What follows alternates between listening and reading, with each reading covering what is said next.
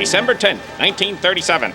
Another chapter in Seattle's baseball history may soon be written with the purchase of the Indians by Emil Sick.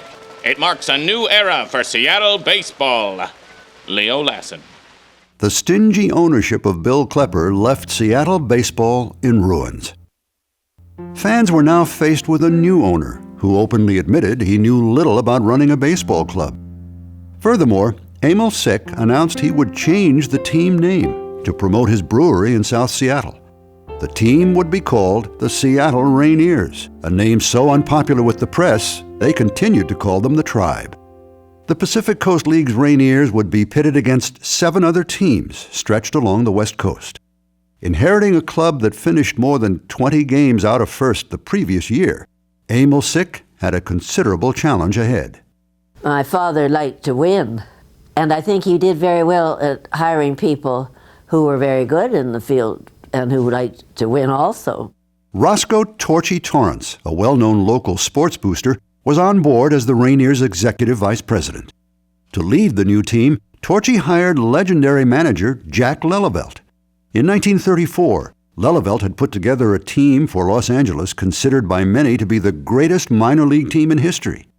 But the biggest news was still to come. Emil Sick and his wife Kathleen enjoyed a life of style and grace, and shared this spirit with the public when they revealed plans to build a new home for their team. It would be called Sick's Seattle Stadium, a grand state-of-the-art ballpark to be built on the former site of Dugdale Field. In a town that had lost all faith in ownership, reparations were being made. Emil Sick was willing to gamble a fortune on the success of Seattle baseball. The son of German immigrants, Emil Sick grew up just south of Seattle in Tacoma, learning the brewing business from his father, Fritz.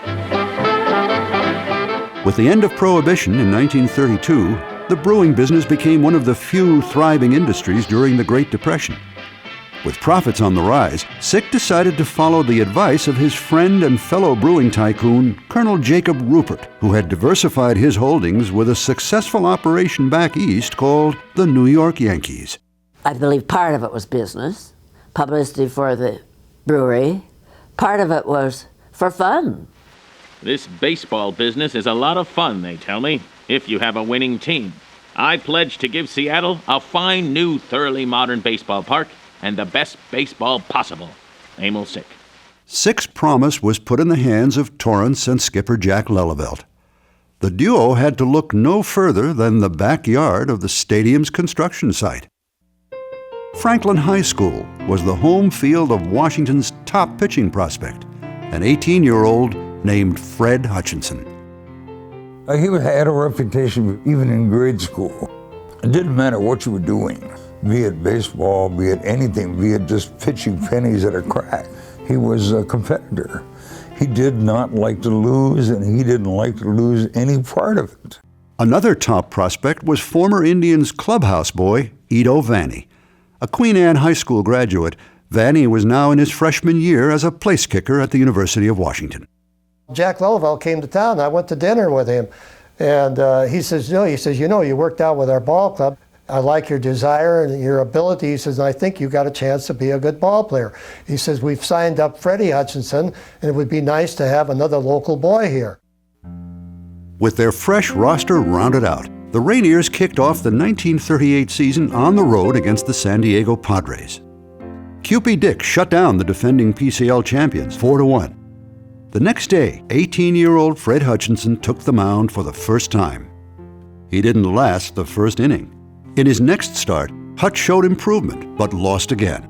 Lelevelt despised losing, but refused to give up on the young pitcher, giving Hutch the ball against his former club, the Los Angeles Angels. Hutch went 9 innings and beat the Angels 4-3. In May, he broke loose, winning 5 straight, including a 1-0 shutout against the Sacramento Solons. He just hated to lose. He'd do anything to win a ball game. He did not have great speed. He did not have that butt.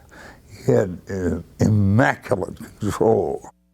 Fred was thinking all the time. He played the game 2 or 3 outs ahead of time. That's what made him a good pitcher. He wasn't just a thrower. Returning home to the rock pile, the Rainiers carried their winning momentum into the third month of the season. Mike Hunt broke out of an early season slump to slam 8 home runs in the span of 2 weeks. Across town, a structure had arisen in the empty field where Dugdale Park stood 6 years earlier. Laborers now worked on the finishing touches as opening day of the new stadium neared.